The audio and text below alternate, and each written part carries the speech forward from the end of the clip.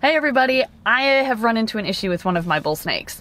So I was filming a video about snake eggs because I noticed that my red phase bull snake was starting to lay her clutch. Everything seemed to be going well until the very end when she had 2 eggs left and they seemed stuck. Thankfully, Ed and I were able to massage and palpate one of the eggs out, but the last egg is massive, and Ed and I don't want to risk hurting her at all, so we decided to bring her to our vet, and they got a radiograph of the snake, and this is what it looks like. This egg is huge. There's no wonder why it is not able to come out on its own. So what our vet is going to do is she is going to slightly sedate this bull snake so that she is able to relax those muscles a bit, and then the vet should be able to reach in and either extract the egg whole, or what she'll probably have to do is drain some of the fluid from the egg so that it can deflate a bit, and then she will be able to pull it out. So anyway, Red is, and I named her Red because they needed a name for her file and I wasn't feeling creative because I was kind of stressed out. So Red is currently with our vet, Dr. Kaiser, at the Lexington Pet Clinic, and I'm just now waiting for a phone call to see when she's done. So now I just have to figure out what to do while I wait. Maybe this is a good excuse to get Caribou coffee.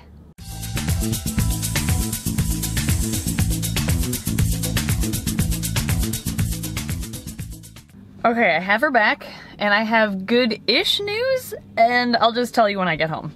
Okay, so the good news is the vet was able to aspirate or puncture the casing of the egg. I don't want to say shell because it wasn't calcified, so I don't think it technically was a shell. But anyway, she aspirated it and it drained and it drained and it drained. A lot of fluid. However, she was not able to go back in afterwards because of the inflammation and retrieve that egg casing. So that is still inside, but the swelling is like non-existent right here. The swelling is gone, but since the casing is still inside of her in the oviduct, we are just going to wait and see if she passes it naturally, and the vet is pretty sure that she will, but we have her on antibiotics just to be safe. So I'm just gonna keep my eyes open and see when that casing is left in her enclosure. Well, it's been about 10 days or so since her procedure, and there's still a decent amount of swelling near her cloaca, and that tells us that there's still some fluid inside of that egg, and after getting a second and third opinion with other vets, there's a good chance that the fluid may actually cause an infection before the shell becomes reabsorbed into the body, if that were to happen. So we're gonna have to go back to the vet and try to get it removed for good this time. This update is not super good. She took a new radiograph to see how she's looking, and as you can see here, the egg is smaller, but it's definitely still there. It definitely still has fluid in it like we thought, but what I didn't expect was this obstruction, which is the whitish stuff between the egg and the cloaca, and that being there is probably prohibiting the snake from being able to push out the slug. So it sounds like she's probably gonna have to do surgery on this snake, and I didn't want it to come to surgery, but it is what it is. And we're gonna do what is best for the snake. So tonight she's gonna spend the night at the vet clinic, and then tomorrow is gonna be the surgical procedure. So I'll give you an update when I hear back then.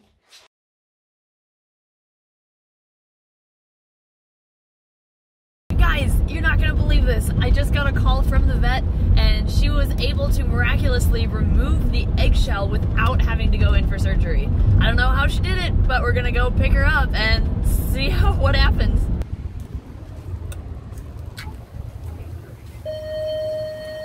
So yeah, so basically what we did is just sedated her and kind of palpated or milked down the slugs. We were worried that we would have to make an incision in order to visualize the oviduct and remove the material, but fortunately just having her sedated enough, relaxed things enough that they just kind of passed on their own with a little help. And then we flushed everything really well too. Okay. And then the antibiotic as a precaution. Well, thank you again. All right, thank you. See you later. Bye. I'm so excited. Like, you guys have no idea how relieved I am that she was able to get the egg out without having to do surgery. It may have took us back about $500, but the important thing is that Red, the bull snake, is okay, and she didn't need surgery. I'm still so relieved that she didn't.